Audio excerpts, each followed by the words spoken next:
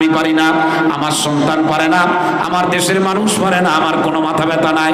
শুনে রাখেন, একদম হৃদয় নিংড়ানো কথা বলে দিয়ে যান, চিন্তাই হয়ে যাবে, তখন আপনি কাঁদবেন, কিন্তু কোরআনে কারিম আর আপনার কাছে ফেরত আসবে না, অন্য কারোর কাছে চলে যাবে।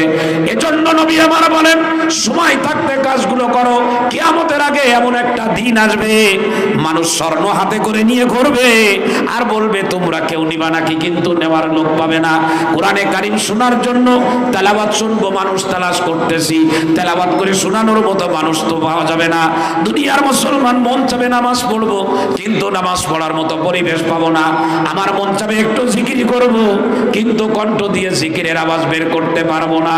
এজন্য হাত জোড় করে এই 12:15 বাজে, রাত গভীর হয়েছে বলে দিয়ে যায়, ইসলাম হেফাজত করবেন আমার আল্লাহ, কিন্তু আমার দায়িত্ব হলো, আমার আল্লাহ আমাকে যে জিম্মাদারিগুলো দিয়েছেন সেগুলো সুন্দরভাবে পালন করব। করবো তো ইনশাল্লাহ, করবো তো ইনশাল্লাহ। আল্লাহ তৌফিক দেয়। উঠবেন না কেউ, এখনই দোয়া হবে। 12:15 বাজে, আর কথা বাড়ানো যাবে না, খুব বেশি বাড়াইলে অনেক বেড়ে যাবে। শুধু এতটুকু বলি, কোরআন এবং ইসলাম এবং মুসলমানদেরকে হেফাজত করবেন কে? তার মানে আমরা সব ঘুমায় থাকবো?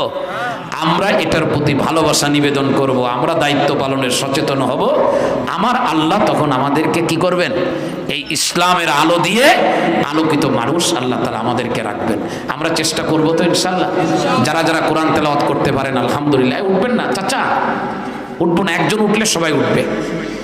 যারা কোরআন তেলাওয়াত করতে পারেন আলহামদুলিল্লাহ, যারা তেলাওয়াত করতে পারেন না, রাস্তা তো খোলা, রাস্তা খোলা। আপনি